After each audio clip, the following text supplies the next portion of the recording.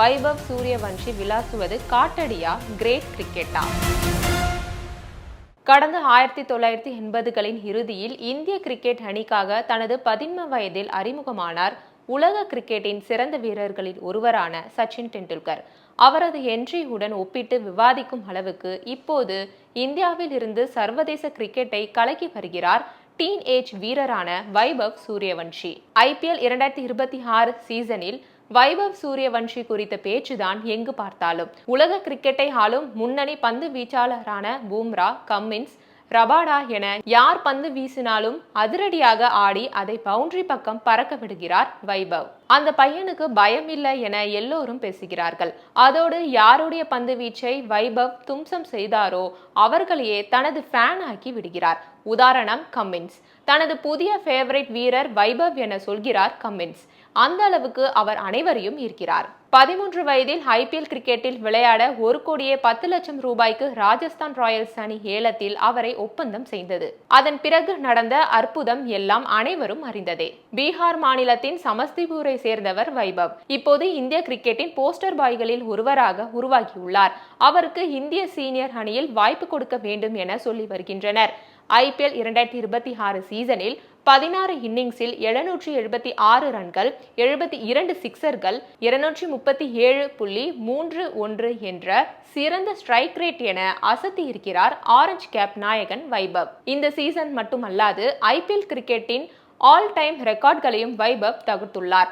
அதில் ஒரே சீசனில் அதிக சிக்சர்கள் விளாசியவர் என அறியப்பட்ட கிறிஸ் கெயிலின் 59 சிக்சர்கள் என்ற சாதனையை தகர்த்தார். 1000 ரன்களை IPL கிரிக்கெட்டில் விரைந்து எட்டியவர், ஒரே IPL சீசனில் அதிக ரன்கள் எடுத்த அன்கேப்டு வீரர் உள்ளிட்ட சாதனைகளை படைத்துள்ளார்.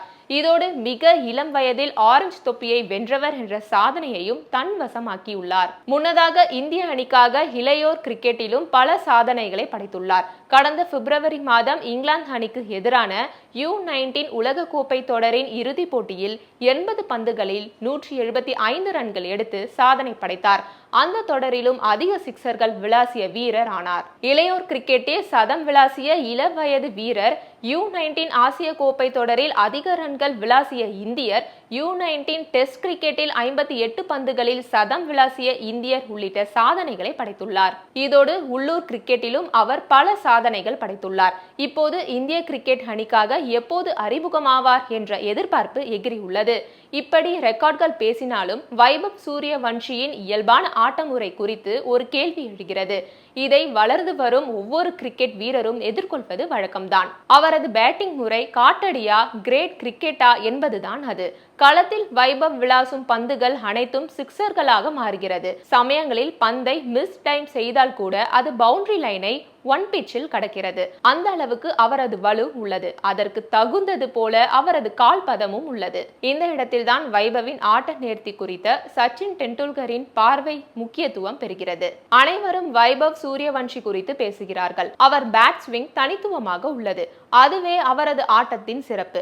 அதை விடவும் வியக்கத்தக்கது என்னவென்றால், தன் கால்களை நோக்கி வரும் பந்துகளுக்கு இடம் உருவாக்குவதற்காக அவர் தனது முன்காலினை எவ்வளவு அழகாக நகர்த்துகிறார் என்பதுதான்.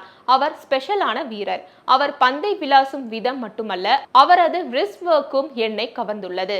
மைதானத்தின் அனைத்து திசையிலும் ஆடுவதற்கு சிறந்த ரிஸ்ட் ஒர்க் என்பது அவசியம். அதனால் அவர் பந்தை ஸ்லாக் செய்யவில்லை என கருதுகிறேன். பந்து வீச்சாளர்கள் லைன் மற்றும் லென்த்தை முன்கூட்டியே கணித்து ஆடுகிறார். அதுதான் மற்றவர்களிடத்தில் இருந்து அவர் வித்தியாசப்படுத்துகிறது. அதோடு அவரால் பவுண்டரி லைனையும் சுலபமாக கிளியர் செய்ய முடிகிறது. ஒரு கட்டத்தில் அவர் டெஸ்ட் கிரிக்கெட் விளையாட வேண்டும் என நான் உட்பட அனைவரும் எதிர்பார்க்கிறோம். அது எப்போது நடக்கும் என எனக்கு தெரியாது. டெஸ்ட் கிரிக்கெட்டை எப்படி கையாள்வது என அனுபவத்தின் மூலம் அறிந்து கொள்வார். பந்து வீச்சாளர்கள் துல்லியமாக பந்து வீசி கேள்வி கேட்பார்கள். அதற்கான தீர்வை பேட்ஸ்மேன்கள் கண்டறிய வேண்டும். இந்த சிக்கல் கிரிக்கெட் கரியரின் கடைசி நாள் வரை இருக்கும். அவரது இயல்பான ஆட்டத்தை ஆட அனுமதிக்க வேண்டும். பயிற்சியாளர்கள் அவருக்கு ஊக்கம் கொடுக்க வேண்டும். அவருக்கு தேவையற்ற அழுத்தங்களை கொடுக்க கூடாது என்று சச்சின் டெண்டுல்கர் தெரிவித்துள்ளார். இதையேதான் முன்னாள் கிரிக்கெட் வீரர்கள் வல்லுநர்களும் சொல்கின்றனர். கடந்த 1989 இந்திய அணி பாகிஸ்தானில் சுற்றுப்பயணம் மேற்கொண்ட போது சியால்கோட் டெஸ்ட் போட்டியில் வாக்கர் யூனிஸ் வீசிய பவுன்சர் சச்சினை தாக்கியது. அதில் அவர் காயமடைந்தார். இருப்பினும் 57 ரன்கள் சேர்த்து அந்த ஆட்டத்தை டிரா செய்தார். அதுதான் சச்சினுக்கு முதல் டெஸ்ட் கிரிக்கெட் தொடராக அமைந்தது. அதுவே தனது முதல் டெஸ்ட் சதத்துக்கான விதியாக அமைந்தது என சச்சினே தெரிவித்துள்ளார். IPL 2026 சீசன் முழுவதும் அதிரடியாக ஆடி வைபவ் சூரியவன்ஷி அசத்தினார். இருப்பினும் இரண்டாவது குவாலிஃபயர் ஆட்டத்தில் 47 பந்துகளில் 96 ரன்கள் எடுத்தது அவரது மெச்சூர் இன்னிங்ஸாக பார்க்கப்படுகிறது.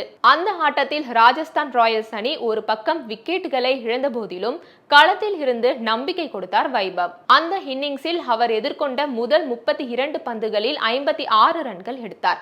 அப்போது ரபாடா வீசிய பந்து வைபவ் சூரியவன்ஷியின் ஹெல்மெட்டை தாக்கியது.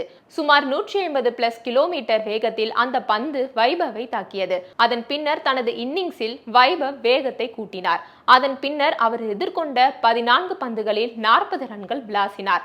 அதன் மூலம் ராஜஸ்தான் அணி 4 விக்கெட் இழப்புக்கு 214 ரன்கள் எடுத்தது. அதற்கு முந்தைய இன்னிங்ஸில் 29 பந்துகளில் 97 ரன்கள் எடுத்திருந்தார். அதிவேக IPL சதம் என்ற சாதனையை தவறவிட்டார். அது குறித்து அவரிடம் கேட்கப்பட்டது. நிச்சயம் சதம் என்பது வருங்காலத்தில் வந்து கொண்டுதான் இருக்கும் என பாசிட்டிவாக வைபவ் பேசினார். அதே நேர்மறை எண்ணத்துடன் அவர் கிரிக்கெட்டை அணுகினால் அடுத்த 20+ ஆண்டுகளுக்கு இந்திய கிரிக்கெட்டில் அவர் ஆதிக்கம் செலுத்த வாய்ப்புள்ளது. இந்திய கிரிக்கெட்டின் வருங்காலமாக இந்த 15 வயது வீரர் உள்ளார் என்பதில் சந்தேகமில்லை.